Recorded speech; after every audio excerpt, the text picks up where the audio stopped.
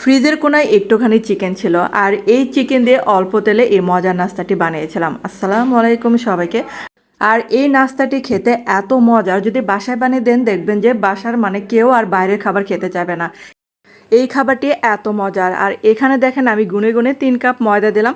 আর ঘরে যদি ময়দা না থাকে তাহলে কিন্তু এটা আটা দিয়েও করতে পারবেন, কোনো সমস্যা নেই। এখানে দেখেন 2 চা চামচ আমি চিনি দিয়ে দিলাম। তারপর এই যে দেখেন 2 চা চামচ চিনি, তারপর স্বাদ মতো লবণ দিলাম। আর এখন দিয়ে দিলাম 2 চা চামচ ইস্ট। আর এখন এই যে শুকনো উপকরণগুলো ভালো করে আগে মিশিয়ে নিতে হবে। তারপরও আমি কিন্তু গুঁড়ো দুধ দিতে ভুলে গিয়েছিলাম, এখানে 1 টেবিল চামচ গুঁড়ো দুধ দিয়ে দিলাম। তারপর এখন হচ্ছে 1 কাপ কুসুম গরম পানি দিয়ে দিলাম। এখানে 1.5 কাপের মতো মানে লেগেছিল পানিটা। তারপরে যে পানি দিয়ে এটা নরম নরম করে ডো তৈরি করে নিলাম। এখন হচ্ছে হাতে যে তেল মাখিয়ে তারপরে যে ডোটাকে আবারও কিন্তু একটু মথে নিতে হবে। আর বন্ধুরা যারা আমার চ্যানেল আজ নতুন ভিডিও দেখছেন কিন্তু চ্যানেলটাকে সাবস্ক্রাইব করতে ভুলে গেছেন, প্লিজ তাদের কাছে অনুরোধ রইল চ্যানেলটাকে সাবস্ক্রাইব করে আমার পাশে থাকতে পারেন।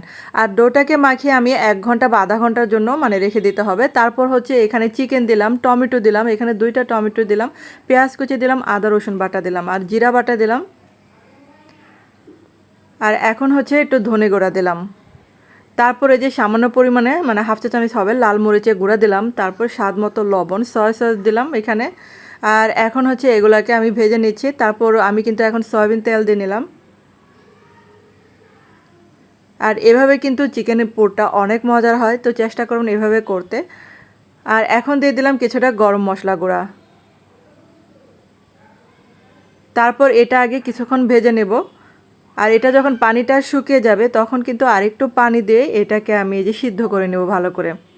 আর পানি দেওয়াতে এটা একটা গ্রেভি গ্রেভি ভাব আসবে। আর এই যে পানিটা যখন শুকিয়ে আসবে এখন এই যে কিছুটা ফ্রোজেন ছিল ক্যাপসিকাম দিয়ে দিলাম। আর এখন এই যে পানিটা একদম যখন টেনে আসবে তখন এই যে চুলাটা বন্ধ করে দিলাম। তো হয়ে গেল কিন্তু পোরটা। আর এটা দেখেন এই যে ফুলে ডাবল হয়েছে, তো এটা আবার একটু মথে নিচ্ছি। আর ঘরে যদি এই উপকরণগুলো থাকে তাহলে কিন্তু সন্ধ্যা নাস্তা এরকম করে বানিয়ে দিতে পারেন, সবাই কিন্তু অনেক মানে প্রশংসা করবে। আর এখানে দেখেন আমি ডো মানে অল্প অল্প করে ডো নিলাম, তারপরে যে হাত দিয়ে একটু এরকম করে নিতে হবে যাতে মানে ভিতরে পুরটা ভরা যায়। তারপরে যে ভালো করে হাত দিয়ে মুড়িয়ে নিতে হবে যেন ভাজার সময় মানে পরবর্তী যেন খুলে না যায়। তারপর আমি কিন্তু হাতে একটু তেল মাখিয়ে নিয়েছিলাম, আপনারা কিন্তু চাইলে হাতে একটু তেল মাখিয়ে নেবেন। আর এখন হচ্ছে একটা চাকুর উল্টা সাইড দিয়ে এরকম করে মানে কেটে কেটে দিতে হবে, মানে পোড়াটা কাটা যাবে না। আর এটা একটা ডিজাইন হয়ে যাবে। তারপরে এখন এই যে আরেকটা করে দেখাচ্ছি আপনাদেরকে। তো সেমভাবে এরকম করে পুরটা ভরে নিলাম। আর ঘরে যদি মানে চিকেন না থাকে তাহলে কিন্তু মানে সবজি দিয়েও এটা করতে পারেন, বা আলু দিয়েও কিন্তু করা যাবে এই নাস্তাটা। তারপরে যে সেমভাবে আবারও যে মুখটাকে ভালো করে বন্ধ করে দিলাম। এখন এই যে হাতে একটু তেল মাখিয়ে এরকম করে গোল করে নিচ্ছে। তো এই যে চাকুর উল্টা সাইডে এরকম করে কেটে নিচ্ছি। এখন হচ্ছে সবগুলো কিন্তু সেমভাবে বানিয়ে নিলাম। তারপর হচ্ছে একটা প্যানের মধ্যে অল্প পরিমাণে তেল দিলাম। আর আমি কিন্তু প্রথমে এটা এভাবে দিয়েছি, এটা আসলে কিন্তু এটার উল্টা সাইড দিতে হবে না, এটার এই যে এই পজিশনে কিন্তু দিতে হবে, তাহলে কিন্তু মানে এটার শেপটা ভালো আসবে। তো আমি প্রথমে ভুলে গিয়েছিলাম, আর এই জন্য আমি কিন্তু এটা মানে উল্টা সাইডই দিয়েছিলাম, তার জন্য কিন্তু দেখেন অনেকগুলা এরকম মানে কাটা কাটা দাগটা বোঝা যায় না। তো পরবর্তীতে দেখেন আমি যে মানে ঠিকভাবে দিয়েছিলাম।